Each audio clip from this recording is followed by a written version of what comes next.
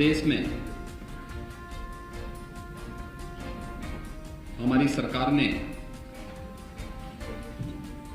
अपना वर्ष 2022-23 का बजट आज विधानसभा में प्रस्तुत किया है। यह बजट प्रदेश की 25 करोड़ जनता की जनाकांक्षाओं की भावनाओं के अनुरूप प्रदेश के समग्र विकास को ध्यान में रख करके गांव, गरीब, किसान, नौजवान, महिलाएं, श्रमिक और समाज के प्रत्येक तबके को ध्यान में रख करके बनाया गया है। आदरणीय प्रधानमंत्री जी के नेतृत्व में, उनके मार्गदर्शन में लोक कल्याण संकल्प पत्र की भावनाओं के अनुरूप देश की सबसे बड़ी आबादी का राज्य उत्तर प्रदेश उन जन आकांक्षाओं की पूर्ति कर सके और समग्र विकास के लक्ष्य को प्राप्त करने में सहायक हो सके, इस दिशा से उत्तर प्रदेश सरकार का यह बजट 5 वर्षों का एक विजन भी है, जो प्रदेश के सर्वसमावेशी समग्र विकास के साथ साथ एक उज्जवल भविष्य की रूपरेखा भी तैयार करेगा। मित्रों, हम लोगों ने 2022 का विधानसभा का चुनाव के पूर्व एक लोक कल्याण पत्र जारी किया था। यह लोक कल्याण संकल्प पत्र में कुल 130 घोषणाएं हुई थी। इन 130 जो संकल्प हमारे लोक कल्याण संकल्प पत्र में थे, उसमें से 97 संकल्पों को हम लोगों ने इस बजट में पहले ही बजट में स्थान दिया है और इसके लिए हम लोगों ने 54,883 करोड़ रुपए का भी प्रावधान किया है। जो संकल्प 130 संकल्प थे, उनमें से कुछ संकल्प पहले से चले आ रहे थे, कुछ नए थे। उनमें से 97 संकल्पों को आज यहां पर इस बजट में स्थान दिया गया है, जिसमें 44 संकल्प नए हैं। इनमें जो प्रमुख घोषणाएं हैं आज के बजट में, वह मुख्य रूप से उज्ज्वला योजना के अंतर्गत जो लाभार्थी परिवार हैं, उनको वर्ष में 2 रसोई गैस के सिलेंडर उपलब्ध करवाने की घोषणा, और वह बजट में उन्हें स्थान दिया गया है। अन्नदाता किसानों के लिए भामाशाह भाव स्थिरता कोष की स्थापना के लिए धनराशि फंड की स्थापना की गई है। यहां पे हम लोग पहले से ही एमएसपी का लाभ धान, गेहूं और अन्य फसली के लिए किसानों को उपलब्ध कराते रहे हैं, लेकिन आलू, टमाटर, प्याज आदि फसलों के लिए इस प्रकार की व्यवस्था अब तक नहीं थी। इस बजट में हम लोगों ने अपने अन्नदाता किसानों को राहत देने के लिए भाव स्थिरता कोष की स्थापना भी की है और उस कोष के लिए भी व्यवस्था की है। प्रदेश के अंदर आदरणीय प्रधानमंत्री जी का जो देश के लिए विजन है कि हम फर्टिलाइजर, केमिकल और पेस्टिसाइड में कमी लाते हुए प्राकृतिक खेती को बढ़ावा दे सकें। प्राकृतिक खेती की दिशा से उत्तर प्रदेश ने आदरणीय प्रधानमंत्री जी के मार्गदर्शन में पहले से ही अपनी कार्य योजना बनाई थी और उस कार्यक्रम के तहत यहां पे ट्रेनिंग के कुछ विशेष कार्यक्रम भी चले थे। प्रदेश में इस समय हजारों किसान ऐसे हैं जो प्राकृतिक खेती के साथ जुड़े हैं। उनके लिए टेस्टिंग लैब की स्थापना भी हर कमिश्नरी स्तर पर हम लोग स्थापित कर रहे हैं। लेकिन अगले 5 वर्ष के लिए संपूर्ण बुंदेलखंड को प्राकृतिक खेती योजना के साथ जोड़ने की कार्रवाई को भी हम लोगों ने इस योजना में लिया है। इससे पहले गंगा के किनारे के जो 5-5 किलोमीटर के दायरे के क्षेत्र हैं, भारत सरकार के साथ मिलकर के इस कार्य योजना को हम आगे बढ़ा रहे हैं। लोक कल्याण संकल्प पत्र में एक और घोषणा हम लोगों ने की थी, वह थी किसानों के लिए सिंचाई की योजना की व्यवस्था अगले 5 वर्ष के अंदर यानी 0 तक पहुंचाना, फ्री में उन्हें सिंचाई की सुविधा उपलब्ध हो सके। इसके लिए हम लोग पीएम कुसुम योजना के अंतर्गत निःशुल्क सोलर पैनल उपलब्ध कराने की कार्रवाई को आगे बढ़ा रहे हैं। 15,000 से अधिक सोलर पैनल की कार्रवाई को इस वित्तीय वर्ष में हम लोगों ने इस बजट का हिस्सा बनाया है, जिसका लाभ हमारे अन्नदाता किसानों को प्राप्त होगा। इसके अलावा प्रदेश के अंदर हम लोगों ने जो अन्नदाता किसानों के जिससे अन्य जो तमाम घोषणाएं की हैं, जो इस बजट में हम लोगों ने इसे स्थान दिया है, जो प्रस्ताव दिए हैं, उसमें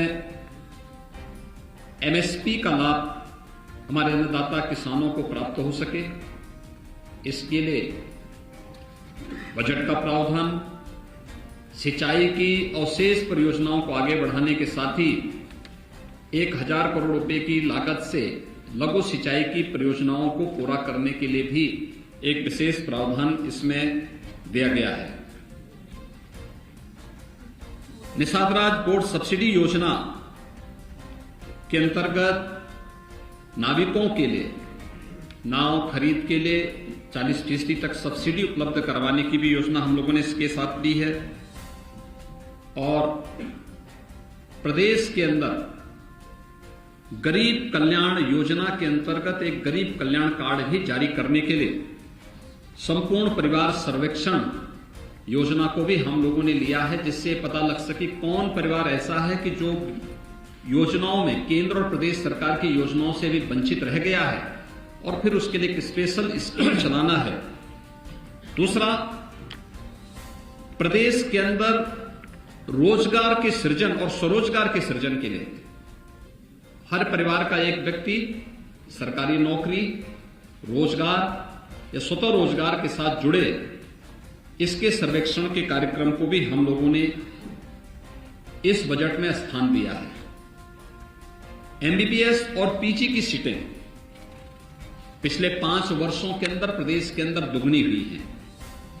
इसको दुगनी करने के लिए, इसको उससे भी ज्यादा करने के लिए हम लोगों ने बजट में प्रावधान किया है।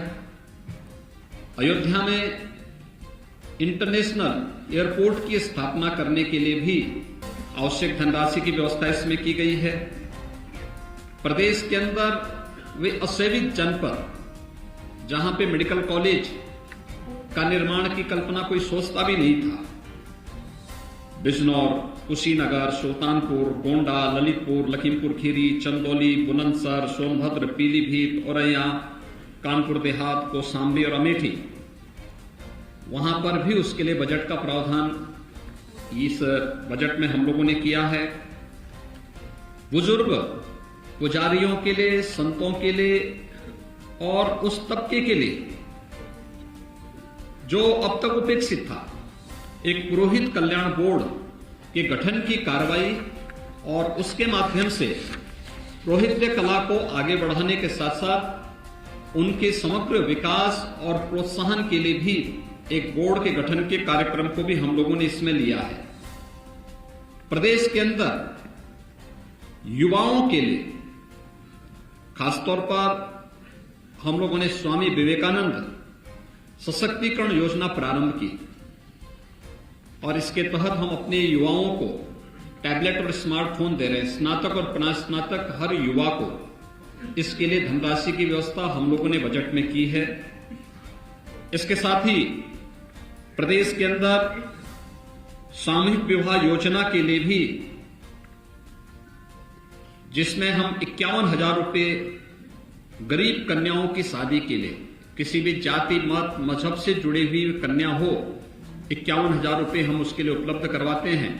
तो वह उसके लिए भी विगत वर्ष तक प्रतिवर्ष 250 रुपये हुआ करता था। इस बार हम लोगों ने इस राशि को बढ़ा करके 600 करोड़ रुपए का प्रावधान किया है। निराश्रित महिला पेंशन की योजना 300 से बढ़ा करके 1,000 रुपया किया गया है और इसके लिए भी जो पहले धनराशि गत वर्ष तक 1812 करोड़ हुआ करती थी, इस राशि को बढ़ा करके 4,032 करोड़ रुपए किया गया है। प्रदेश के प्रतिभाशाली युवाओं के लिए हर जनपद में अभ्युदय कोचिंग की व्यवस्था, जिससे वह अखिल भारतीय स्तर पर और प्रदेश स्तर पर किसी भी प्रतियोगी परीक्षा की तैयारी के लिए स्थानीय स्तर पर उसकी ट्रेनिंग हो सके, उसे कोचिंग की सुविधा फ्री में उपलब्ध हो सके।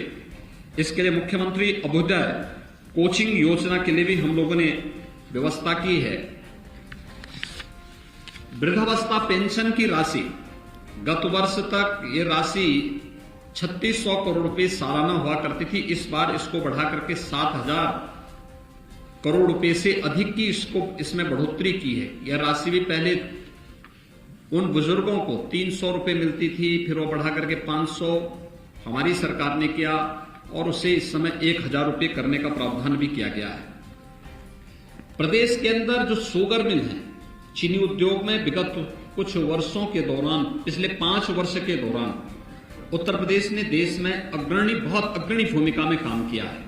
यहां तक कि कोरोना जैसी महामारी के दौरान भी हमने प्रदेश में चीनी मिलों को बंद नहीं होने दिया। गन्ना किसान के मन में उसके प्रति एक विशेष उत्साह भी है कि पहली बार ऐसे देखने को मिला जब कि सरकार अपने स्तर पर इनिशिएटिव लेकर के गन्ना किसानों के हितों के लिए कार्य कर रही है। हम लोगों ने पिछले बार 3 चीनी मिलों की नई स्थापना की थी। इसमें रमाला चीनी मिल, मुंडेरवा चीनी मिल और पिपराइच चीनी मिल। इसके अलावा कुछ चीनी मिलों को जो बंद थे उनको हमने प्रारंभ किया। इस बार भी लगभग 6 ऐसी चीनी मिलों के लिए जो जर्जर स्थिति में हैं, उनके एक्सपेंशन और वहां उनके आधुनिकीकरण की कार्रवाई को भी सरकार ने अपने हाथ में लिया है, जिसमें क्षमता विस्तार के साथ साथ वहां पर आधुनिक चीनी मिलें लग सकें। ये प्रदेश के अलग अलग स्थानों पर हैं। उसमें सांथा है, ननोता है, आपके छाता चीनी मिल है, बुड़वल है। इसी के साथ ही जो मोहद्दीनपुर मेरठ की चीनी मिल है, उसमें डिस्टिलरी की स्थापना की कार्रवाई को भी हम लोगों ने इस बजट में स्थान दिया है। मित्रों, 2019 का प्रयागराज कुंभ उत्तर प्रदेश और देश और दुनिया के सामने अपनी एक नई पहचान बनाया। यह हमारा सौभाग्य है 2025 में फिर महाकुंभ का आयोजन होगा।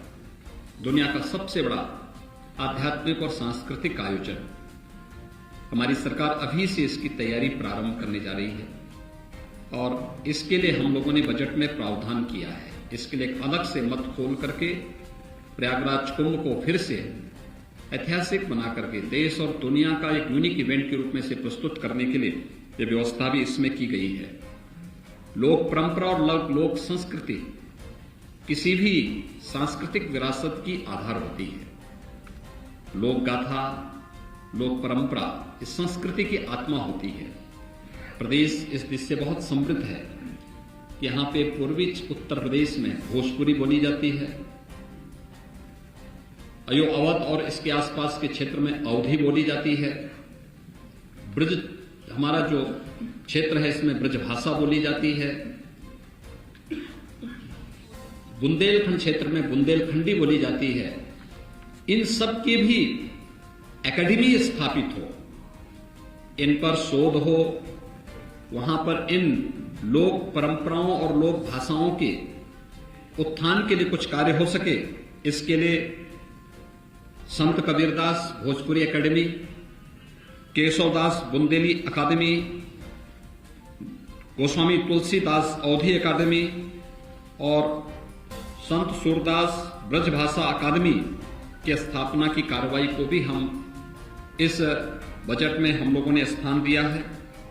वाराणसी में वहां पर काशी विश्वनाथ धाम की स्थापना के बाद जो टूरिस्ट का फुटफॉल रहा है कई गुना बढ़ा है। प्रतिदिन 1 लाख श्रद्धालु बाबा विश्वनाथ मंदिर में दर्शनार्थ आ रहा है। काशी और उसके आसपास के क्षेत्र में प्रधानमंत्री जी के विजन के अनुरूप समग्र विकास को देखकर के अभिभूत होता है। वाराणसी में श्रद्धालुओं और यात्रियों के लिए, स्थानीय नागरिकों की सुविधा के लिए रोपवे के निर्माण के साथ ही मेट्रो के निर्माण के कार्रवाई का भी प्रावधान गोरखपुर, वाराणसी, झांसी, मेरठ, इस सिटी में भी हम लोगों ने मेट्रो परियोजना के लिए भी, प्रयागराज, यहां पर मेट्रो परियोजना के लिए भी धनराशि की व्यवस्था हम लोगों ने की है। पूर्व मुख्यमंत्री सदैव कल्याण सिंह जी की स्मृति में राज्य सरकार एक नई योजना को लेकर आ रही है, जिसमें बाबूजी कल्याण सिंह ग्राम उन्नत योजना, जिसमें प्रदेश की सभी ग्राम पंचायतों के लिए सड़कों पर स्ट्रीट लाइट के रूप में सोलर स्ट्रीट लाइट के लिए हम कार्य कर सकें, इसके लिए फंड की व्यवस्था हम लोगों ने इस बजट में किया है। इसके अलावा प्रदेश के अंदर तमाम अन्य स्थानों पर प्रतापगढ़, अलीगढ़, प्रयागराज, महोबा में नए औद्योगिक स्टेट वहां पे स्थापित करने के लिए, अयोध्या में सेपेट केंद्र के भवन निर्माण के लिए, प्रयागराज में ऊनी धागा उत्पादन केंद्र की स्थापना के लिए भी इस बजट में प्रावधान किया गया है। महर्षि वाल्मीकि के सांस्कृतिक केंद्र के रूप में लालापुर चित्रकूट को, निषादराज गोया सांस्कृतिक केंद्र श्रृंगवेरपुर को, संत रविदास संग्रहालय और सांस्कृतिक केंद्र वाराणसी और संत तुलसीदास जी की पावन भूमि राजापुर के सुंदरीकरण और विकास के कार्यक्रम को भी हम लोगों ने इस बजट में स्थान दिया है। प्रदेश के हम लोगों ने विगत 2 वर्षों के अंदर प्रदेश के अंदर और दुनिया ने कोरोना महामारी को झेला है। कोरोना महामारी के दौरान हमारे सामने जो सबसे बड़ा चैलेंज था शिक्षा के बारे में, शिक्षा भी जो प्रभावित होने वाले क्षेत्र थे उनमें से एक था। इसके लिए महाविद्यालय स्तर पर, माध्यमिक स्तर पर और बेसिक शिक्षा स्तर पर हम शिक्षा के आधुनिकीकरण की तरफ भी जा सकें, टेक्नोलॉजी का उपयोग कर सकें। महाविद्यालयों में स्मार्ट क्लासेस के लिए भी धनराशि की व्यवस्था इस बजट में हम लोगों ने यहां पर विशेष रूप से किया है। असेवित मंडलों में राज्य विश्वविद्यालयों की स्थापना का प्रावधान बजट में किया गया है। युवा कल्याण विभाग के द्वारा ग्रामीण क्षेत्रों में स्टेडियम के निर्माण और मिनी स्टेडियम के निर्माण की कार्रवाई, उनके रक्षण, अनुरक्षण और उनके उपकरण आदि की व्यवस्था भी बजट में किया गया है। 1000 करोड़ रुपए की जो सिंचाई, लघु सिंचाई परियोजना की धनराशि की व्यवस्था, बेटी और बेटे के बीच में कोई भेदभाव न हो। हम लोगों ने अपने पहले कार्यकाल में मुख्यमंत्री कन्या सुमंगला योजना चलाई थी। मुझे प्रसन्नता है कि 12,68,000 से अधिक बेटियां इस योजना से लाभान्वित हो रही हैं। उनकी इस योजना को और भी अच्छे ढंग से आगे बढ़ाने के लिए और अधिक से अधिक बेटियां इसका लाभ ले सकें, इसके लिए भी मुख्यमंत्री कन्या सुमंगला योजना के लिए धनराशि का प्रावधान हम लोगों ने बजट में किया है। दिव्यांगजन कल्याण योजना के अंतर्गत दिव्यांगजनों की पेंशन की राशि, जो पहले उन्हें 300 रुपए पेंशन मिलती थी, सरकार ने पहले उसे 500 रुपए किया और फिर 1000 रुपए करते हुए जो व्यवस्था की थी उसके अंतर्गत भी 720 करोड़ रुपए का प्रावधान दिव्यांगजनों के पेंशन की राशि के लिए विशेष रूप से किया गया है। खेलकूद और अपने युवाओं को इस दिशा में प्रोत्साहित करने के लिए प्रदेश सरकार ने एक कॉर्पस फंड की स्थापना की है। एकलव्य क्रीड़ा कोष की स्थापना, इसका भी प्रस्ताव हम लोगों ने बजट में किया है और मुझे विश्वास है कि खेलो इंडिया खेलों के तहत इसको जोड़ते हुए हम प्रदेश के ग्रामीण क्षेत्र के साथ साथ शहरी क्षेत्रों में भी खेलकूद की प्रतियोगिताओं को आगे बढ़ाने के लिए लोगों में एक स्वस्थ प्रतिस्पर्धा को आगे बढ़ाने में सफल होंगे और प्रधानमंत्री जी की मंशा के अनुरूप हम लोग प्रदेश को अच्छी खेल प्रतिभाओं को देने में सफल होंगे। वन डिस्ट्रिक्ट वन प्रोडक्ट ने प्रदेश के बारे में लोगों की सोच को बदला है और प्रदेश की सोच को बदलते हुए हमने वन डिस्ट्रिक्ट वन प्रोडक्ट की योजना ने परंपरागत उद्यम को प्रोत्साहित करने, स्थानीय स्तर पर रोजगार के सृजन को बढ़ाने और लोगों को स्थानीय स्तर पर ही तमाम प्रकार से रोजगार उपलब्ध कराने में काफी बड़ी मदद की है। हमने बजट में इसका प्रावधान किया है। लगभग 263 करोड़ 75 लाख रुपए का प्रस्ताव बजट में ओडीओपी योजना के लिए किया गया है। मुख्यमंत्री युवा स्वरोजगार योजना के लिए भी प्रदेश के युवाओं को स्वयं का स्टार्टअप स्थापित करने, अपना उद्यम स्थापित करने के लिए प्रोत्साहित करने के लिए भी 125 करोड़ रुपए का प्रावधान हम लोगों ने बजट में किया है। विश्वकर्मा श्रम सम्मान योजना के लिए भी 112 करोड़ 50 लाख रुपए बजट में प्रावधान किया गया है।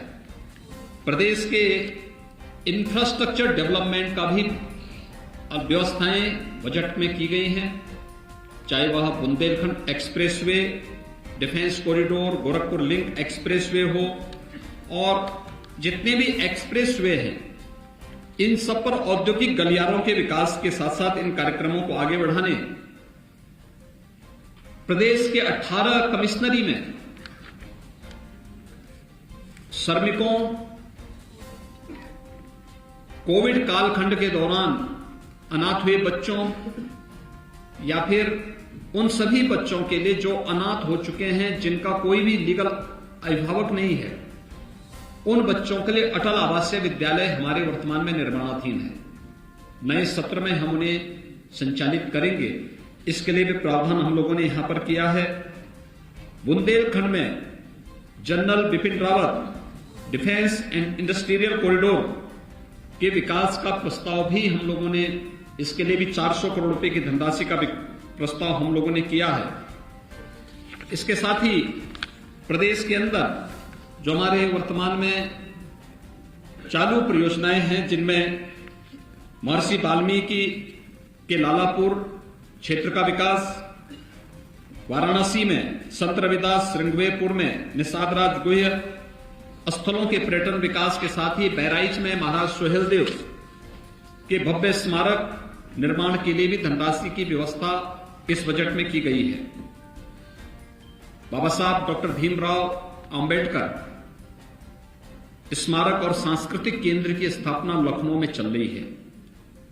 इसको समय से पूरा करना और साथ साथ इसके कुशल संचालन के लिए भी धनराशि की व्यवस्था बजट में की गई है।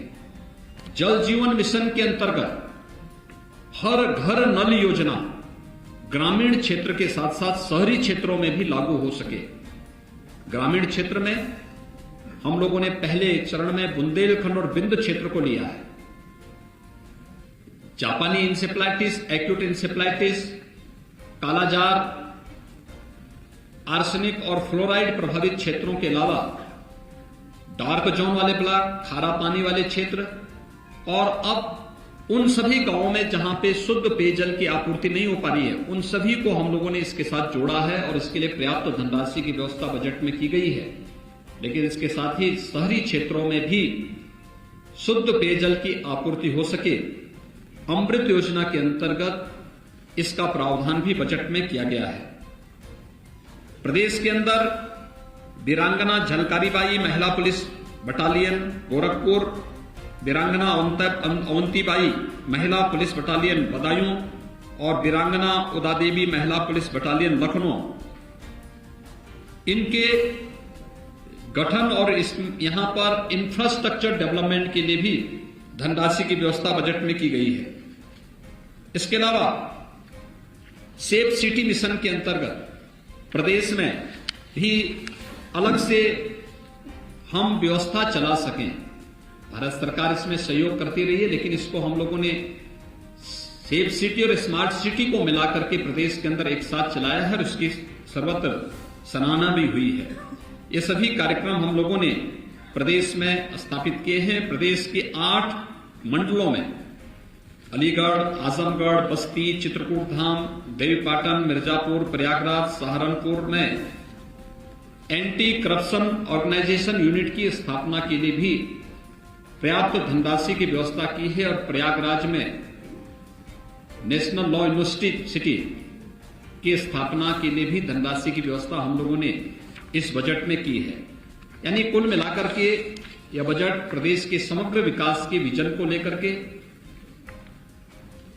प्रदेश के आगामी 5 वर्षों के एक सर्वसमावेशी और समग्र विकास को ध्यान में रख करके तैयार किया गया एक विजन डॉक्यूमेंट के रूप में हम लोगों ने आज यहां पे प्रस्तुत किया है। और यह बजट उत्तर प्रदेश की 25 करोड़ जनता की जन आकांक्षाओं के अनुरूप प्रदेश के गांव, गरीब, किसान, नौजवान, महिलाएं और समाज के प्रत्येक तबके के हितों के लिए कार्य करने में सफल होगा, उसकी आधारशिला स्थापित करेगा।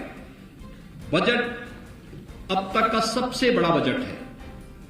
मित्रों, मुझे बताते हुए प्रसन्नता है कि हमारा यह बजट जब 15-16 में प्रदेश के अंदर बजट प्रस्तुत हुआ था वह 3 लाख करोड़ के आसपास था। 3,02,687 करोड़ रुपए का था। और इस बार जब हम बजट प्रस्तुत कर रहे हैं, यह बजट 6,15,518 करोड़ 97 लाख का है। यानी बजट का दायरा दोगुने से ज्यादा हुआ है, जबकि विगत 5 वर्ष के अंदर 2 वर्ष हमारे कोविड प्रबंधन में व्यतीत हुए हैं। बजट में जो सबसे महत्वपूर्ण बात यह है कि बजट के दायरे को बढ़ाने के लिए हमने प्रदेश के अंदर राजस्व भी बढ़ाया है। और राजस्व को हम लोगों ने किस रूप में बढ़ाया है? अगर मैं जीएसटी, वैट आदि की बात करूं तो 2017 के पहले प्रदेश के अंदर या देश के अंदर जीएसटी नहीं था। वन नेशन वन टैक्स 2017 जुलाई 2017 में लागू हुआ, लेकिन उससे पहले सेल टैक्स और वैट था। उस समय प्रदेश में सेल टैक्स और वैट से जो धनराशि प्राप्त होती थी वो मात्र 51,000 करोड़ रुपए प्राप्त होती, 51,800 करोड़ रुपए प्राप्त होती थी। कोविड-19 के बावजूद 2 वर्ष इसमें हम लोगों के अमूल्य खर्च हुए, प्रबंधन में खर्च हुए, लोगों की इनकम पे असर पड़ा, कई महीनों तक लॉकडाउन के कारण व्यापार पर असर पड़ा, अर्थव्यवस्था पर उसका बुरा असर पड़ा। लेकिन उस सब के बावजूद हम इसके दायरे को बढ़ाने में लगभग 90,000 करोड़ रुपए तक पहुंचाने में हमें सफलता प्राप्त हुई। इतना रेवेन्यू हम लोगों ने कलेक्शन किया। एक्साइज में उत्तर प्रदेश में कुल 14,273 करोड़ रुपए प्राप्त हुए थे 16-17 में, और इस समय हम लोग 21-22 में से 36,231 करोड़ से अधिक पहुंचाने में हमें सफलता प्राप्त हुई। ऐसे स्टैंप एंड रजिस्ट्रेशन में 11,564 करोड़ रुपए से बढ़ा करके हम लोगों ने इसे 20,045 करोड़ 68 लाख रुपए तक पहुंचाने में हमें सफलता प्राप्त हुई। माइनिंग में 1,548 करोड़ रुपए से बढ़ा करके इसे 2,664 करोड़ रुपए तक पहुंचाने में प्रदेश के अंदर एक माइनिंग पॉलिसी लाने के बाद हमें इसे पहुंचाने में सफलता प्राप्त हुई। कुल मिलाकर के प्रदेश ने अपने रेवेन्यू को बढ़ाया है। रेवेन्यू को बढ़ाने के साथ साथ प्रदेश के विकास का जो आधार बना, उस आधार के साथ ही उस आधारशिला पर जो आगे की कार्रवाई प्रारंभ हुई, आज उसके परिणाम हम सबके सामने आ रहे हैं। प्रति व्यक्ति आय में वृद्धि हुई। प्रदेश की अर्थव्यवस्था विगत 5 वर्ष के अंदर दुगनी हुई है और बजट का दायरा भी हमारा आज दुगने से अधिक आज 2022-23 का प्रस्तुत हुआ है। सबसे महत्वपूर्ण बात इस बजट की है वो ये कि रिजर्व बैंक और भारत सरकार ने जो एफआरबीएम की, राज्यों के लिए एफआरबीएम की जो सीमा तय की है कि आप ऋण लेने की जो सीमा आपकी होगी वह पहले 3% थी, कोविड कालखंड में उसे बढ़ा करके 4 फिर 4.5% किया। पहले 4% तक बढ़ाया था, फिर बाद में उसको 4.5% तक किया गया कि आपकी जो कुल जीएसडीपी होगी उसके इतने तक आप ऋण ले सकते हैं। उत्तर प्रदेश आज भी अपना बजट के दायरे को बढ़ाने, बेहतर कोविड प्रबंधन करने, इंफ्रास्ट्रक्चर डेवलपमेंट के कार्यक्रमों को आगे बढ़ाने, लोक कल्याण के कार्यक्रमों को आगे बढ़ाने, प्रदेश के प्रत्येक तबके के लिए, गरीबों के लिए, गांवों के लिए, महिलाओं के लिए, किसानों के लिए, मजदूरों के लिए, व्यापारियों के लिए, समाज के प्रत्येक तबके के लिए अपनी कल्याणकारी योजनाओं को आगे बढ़ाने और समग्र विकास के कार्यक्रमों को आगे बढ़ाने के साथ ही एफआरबीएम की जो सीमा 4.5% तक तय की गई है, हम अपने कुशल वित्तीय प्रबंधन के तहत यह हमारा इस बजट के बाद भी 3.96% ही रहेगा। हम 4% से भी कम पर आज भी है। बजट का दायरा बढ़ा, प्रदेश के अंदर इंफ्रास्ट्रक्चर डेवलपमेंट के कार्यक्रम हुए, निवेश की नई नई संभावनाओं को हम लोगों ने नई पॉलिसी के माध्यम से आगे बढ़ाने का कार्य किया। ये प्रदेश की कुशल वित्तीय प्रबंधन का एक नमूना है। आज विधानसभा में उत्तर प्रदेश का 2022-23 का यह बजट प्रस्तुत हुआ है। मैं इसके लिए वित्त मंत्री जी को, अपने अपर मुख्य सचिव वित्त और उनकी पूरी टीम को हृदय से धन्यवाद देता हूं। पूरा मंत्री परिषद उनके सहयोग के लिए हमेशा तैयार रहा और हम विश्वास व्यक्त करते हैं कि आदरणीय प्रधानमंत्री जी की मंशा के अनुरूप यह बजट $1 ट्रिलियन की इकोनॉमी आगामी 5 वर्ष के दायरे के अंदर हम लोग आगे बढ़ाने में सफल होंगे। इस विश्वास के साथ यह बजट आज प्रस्तुत हुआ है। मैं विश्वास व्यक्त करूंगा कि लोक कल्याण संकल्प पत्र के जो 130 संकल्प थे उनमें से 97 को हम लोगों ने इसमें लिया है। शेष अन्य जो समय समय पर आएंगे, भी हम लोग दिसंबर में अपना सप्लीमेंट्री बजट भी लेकर के आएंगे। तब तक सभी विभाग इस कार्यक्रम को तेजी के साथ आगे बढ़ाएंगे। प्रदेश विकास की गति पर फिर से दौड़ता हुआ दिखाई देगा और प्रधानमंत्री जी के विजन के अनुरूप देश की नंबर 1 अर्थव्यवस्था बनने की उत्तर प्रदेश अग्रसर होगा। मैं एक बार फिर से आप सबको बजट भाषण को और बजट के पूरे कार्यक्रम को सकारात्मक भाव से आगे बढ़ाने के लिए हृदय से धन्यवाद देता हूं।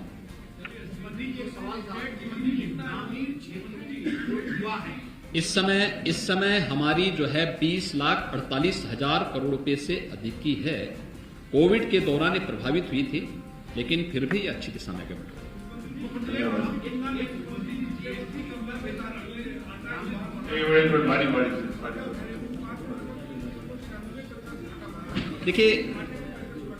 देखिए उत्तर प्रदेश और देश के लिए एफआरबीएम की जो सीमा है यह 4.5% तय की गई है। पहले 3% तक थी, कोविड के पहले 3% तक थी, बाद में इसको बढ़ा कोविड के दौरान इसको 4% किया गया। तमाम राज्यों ने मांग की थी कि सर इसको अर्थव्यवस्था पर कोविड का बुरा असर पड़ा है, इसलिए इसको 4.5-5% तक मांग की थी। भारत सरकार ने इसको व्यापक विचार विमर्श के बाद 4.5% किया। जब एफआरबीएम की सीमा 3% थी, उत्तर प्रदेश का बजट जो भी आता था वह 3% के अंदर ही आता था। हमारा राजकोषीय घाटा जो भी होता था वह एफआरबीएम की लिमिट के अंदर ही होता था और 2.96-97 के आसपास हमारा होता था। हम लोग उसके अंदर ही इसको करते थे। कोविड के दौरान अर्थव्यवस्था पर जो विपरीत असर पड़ा था वह यूपी भी उसमें था, क्योंकि यूपी तो सर्वाधिक बड़े राज्यों में, सबसे बड़े राज्यों में है। यूपी की जितनी आबादी है उतनी आबादी देश के किसी भी राज्य की, जो सबसे बड़ा राज्य है आबादी की दृष्टि से, उसकी यूपी से आधी आबादी है। तो स्वाभाविक रूप से यूपी ने अपने यानी प्रदेश आदरणीय प्रधानमंत्री जी के मार्गदर्शन में कुशल वित्तीय प्रबंधन का उदाहरण भी प्रस्तुत किया और इसलिए 4% जो पहले कोविड के प्रथम चरण में 4% का एफआरबीएम की लिमिट तय की गई थी, वर्तमान में यद्यपि 4.5% है, तब भी हम लोग 4% से नीचे हैं और 3.96% का हमारा राजकोषीय घाटा आने का अनुमान है और प्रदेश के अंदर जो डेवलपमेंट की एक्टिविटीज जब बढ़ेंगी, मैं विश्वास के साथ कह सकता हूं कि हम इस राजकोषीय घाटे को और कम करने में सफलता मिल सकती है। मुख्यमंत्री जी आपने संवाद से समाधान ये एक थीम स्थापित की, जिसका प्रभाव देखने को मिला। जो आपने जो लाउड स्पीकर वगैरह के कार्यक्रम चले थे, समाधान से आपने इसका संवाद शुरू किया। एक जन समस्या, जिले की जन समस्याएं जो होती है, वो भी एक मुद्दा बहुत गंभीर होता है। तो ये समाधान का जो विस्तार है, संवाद का जो विस्तार वो है, उसको आप लोकतंत्र की सबसे बड़ी ताकत होती है संवाद,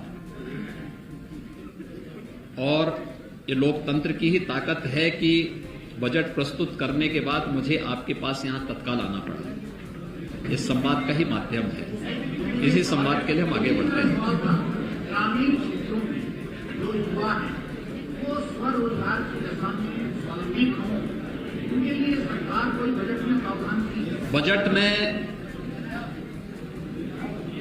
रोजगार, स्वतः रोजगार और नौकरी के लिए हर परिवार के एक सदस्य को इस योजना के तहत हमें जोड़ना है, और इसका प्रावधान किया गया है। इसके सर्वेक्षण के लिए धनराशि की व्यवस्था की गई है। आप देखेंगे कि प्रदेश में द्रुत गति से आगे बढ़ेगा। अभी हम लोगों ने जो रोजगार मेले के कार्यक्रम को आगे बढ़ाने की कार्रवाई की है, इसी दिशा से की है। और उत्तर प्रदेश देखिए, उत्तर प्रदेश की अनएम्प्लॉयमेंट रेट आपने देखा होगा, एक स्वतंत्र एजेंसी के जो सर्वेक्षण आए हैं 2015, 16, 17 की तुलना में, जो पहले 18% से अधिक था, आज 2.9% रह गया है।